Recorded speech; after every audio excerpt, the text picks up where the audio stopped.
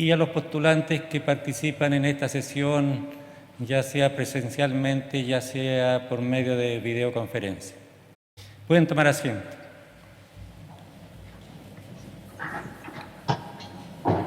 Señoras y señores, según lo dispuesto en el artículo 521 del Código Orgánico de Tribunales y conforme lo establece el acuerdo de pleno de fecha 14 de abril del año 2020, esta audiencia pública en que la Corte Suprema se encuentra reunida en pleno tiene por objeto otorgar el título de abogada o abogado una vez que ustedes, postulantes, presten el juramento de rigor, en esta ocasión desde Isla de Pascua y también desde el Palacio de Tribunales, para desempeñar con lealtad y probidad la profesión. A continuación, el señor secretario del Tribunal procederá a tomar el juramento, que será recibido por las señoras y señores ministros de la Corte Suprema. Les invito a todos a ponerse de pie.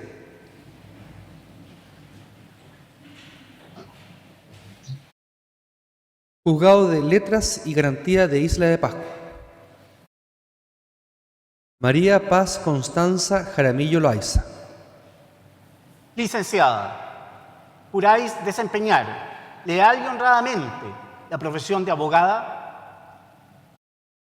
Sí, juro. Primera Sala de la Corte Suprema. Trinidad Álvarez Valenzuela.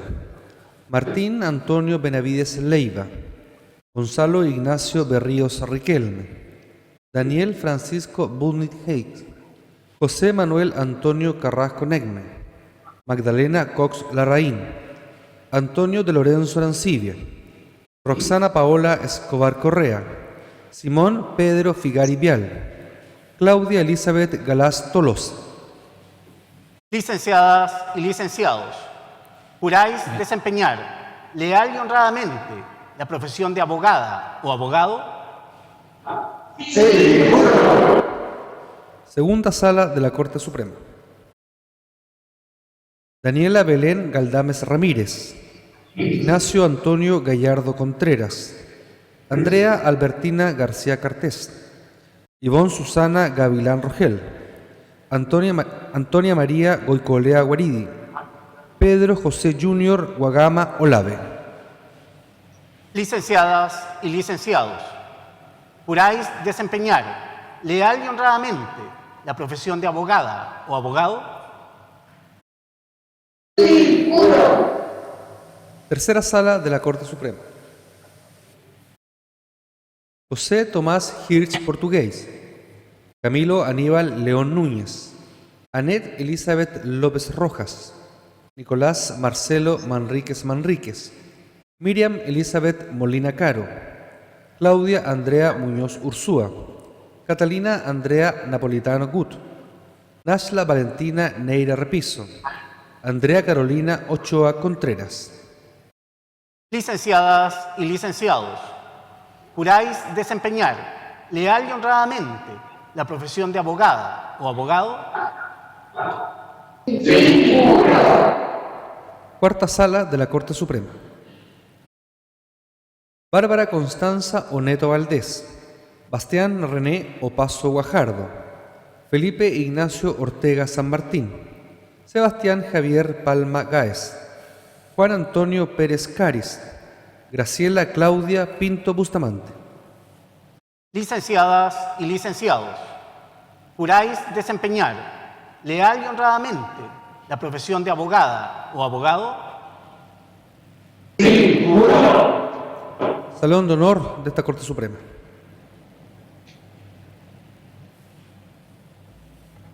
Andrea Constanza Ponce Ponce. Javier Ignacio Ramírez González. Santiago José Ramos Bascuñán.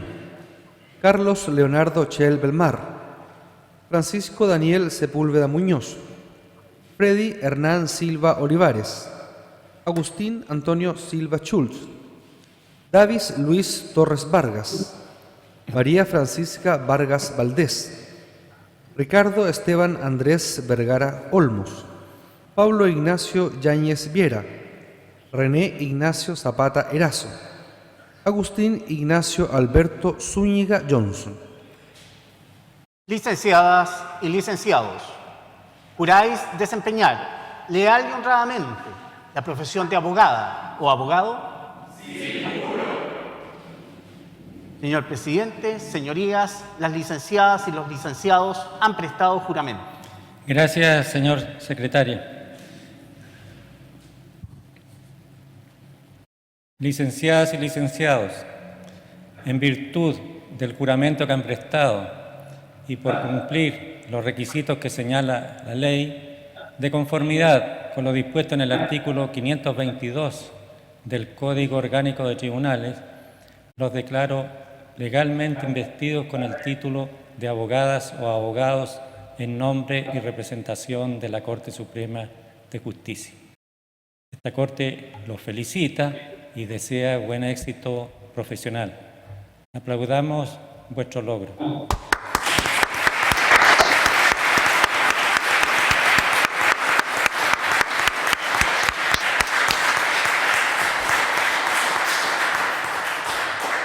Pueden tomar asiento. A continuación, el señor presidente de la Corte Suprema de Justicia, don Guillermo Silva Gundelach, se dirigirá a la audiencia. Señoras ministras, señores ministros, señoras y señores presentes en esta audiencia, nuevas abogadas y nuevos abogados.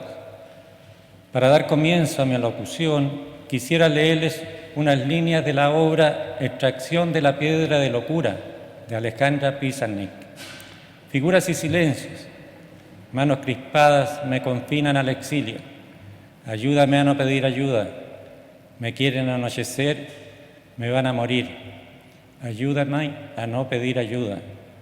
Estos versos forman parte del legado literario de Alejandra Pizarnik, poetisa argentina, que encontró la muerte a la temprana edad de 36 años tras decidir poner fin a su vida con una sobredosis de fármacos.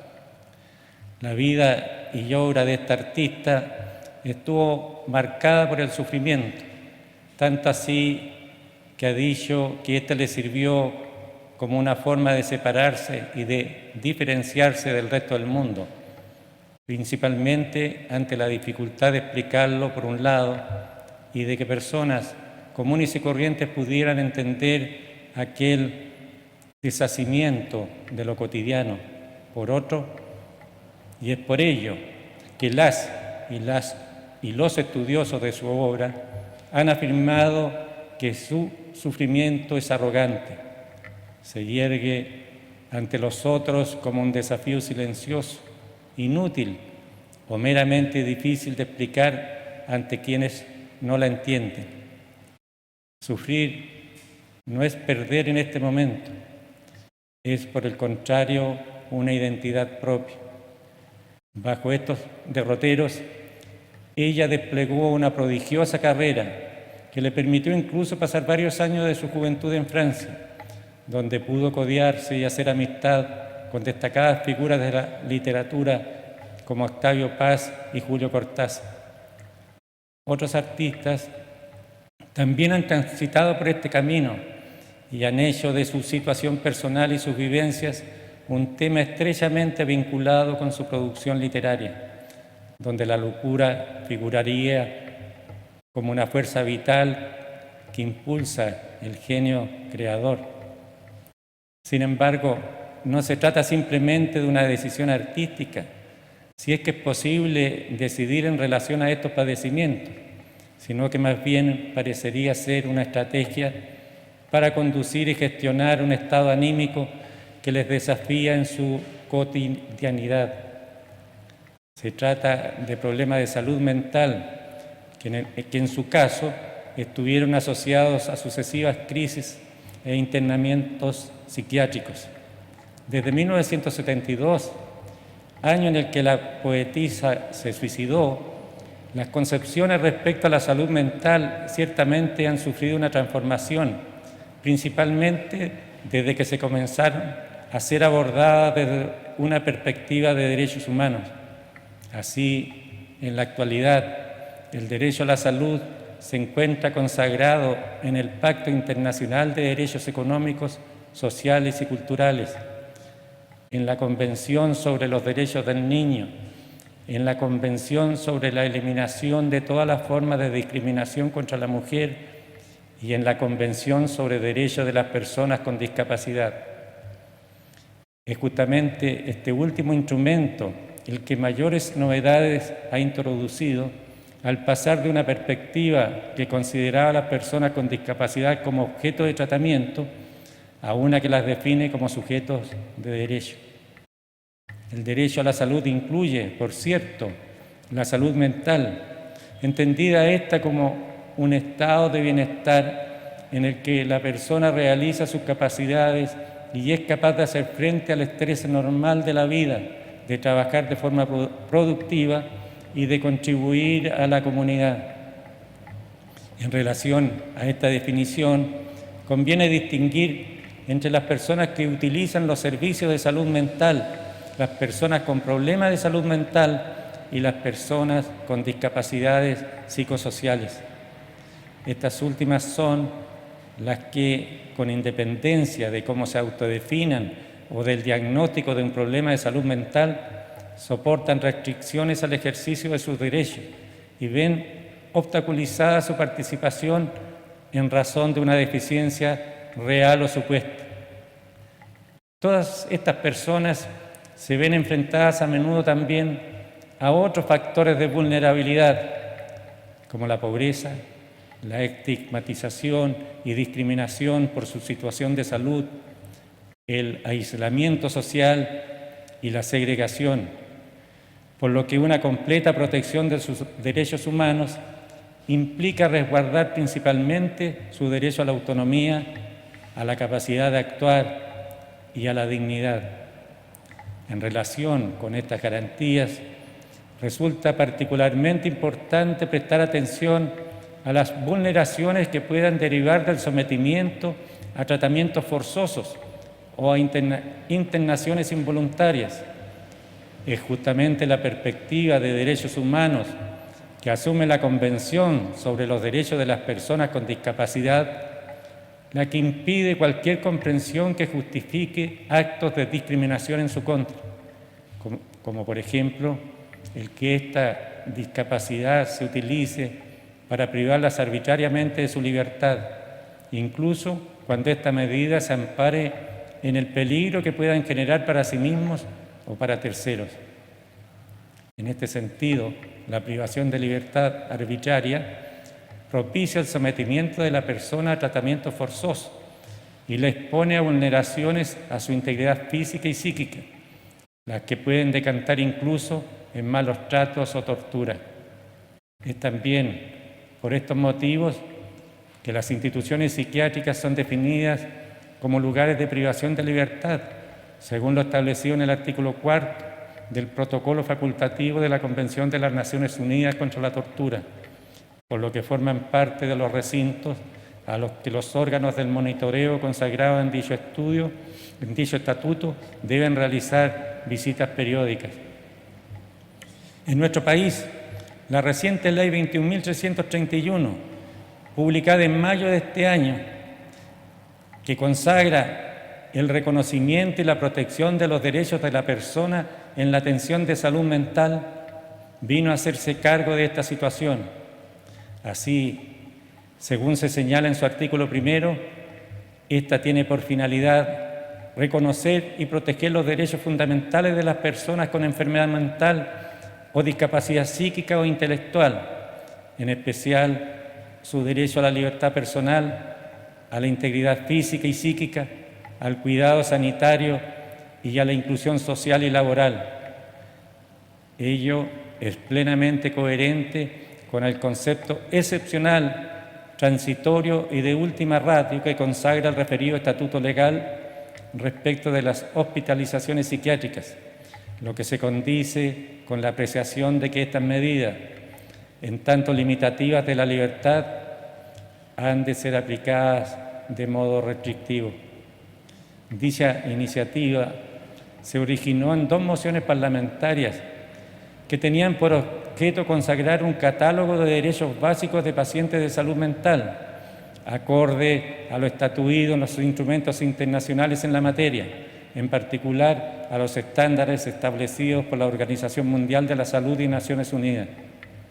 En este sentido, se pretendía abordar especialmente la falta de supervisión de las hospitalizaciones involuntarias por parte de una autoridad independiente, así como también la posibilidad de someter a una persona a tratamientos involuntarios, especialmente cuando estos son invasivos e irreversibles.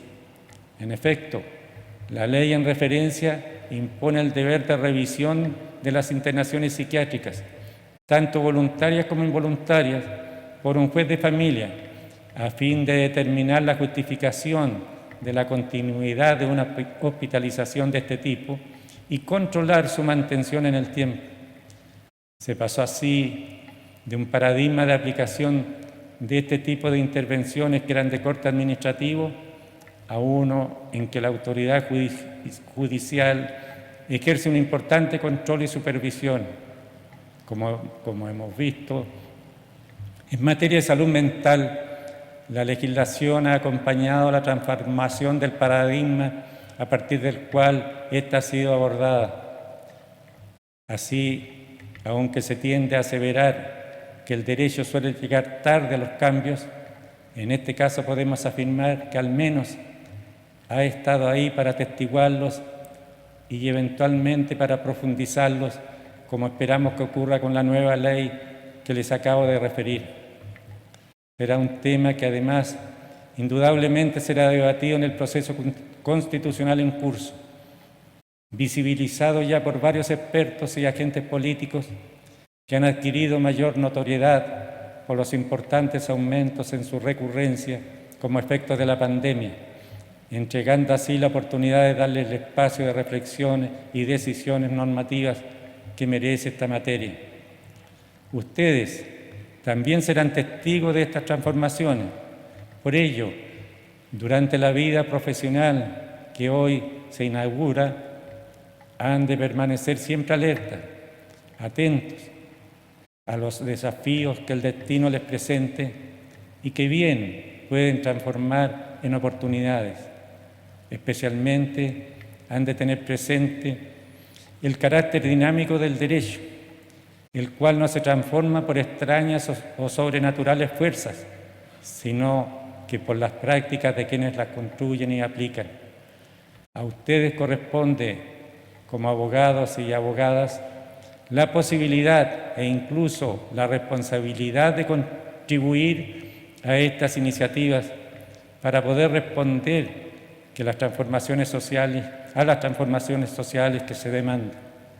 Los felicito por la obtención de su título profesional y les doy la más cordial bienvenida al inicio de su actividad como colaboradores de la justicia y agentes de cambio para el bien común. Muchas gracias.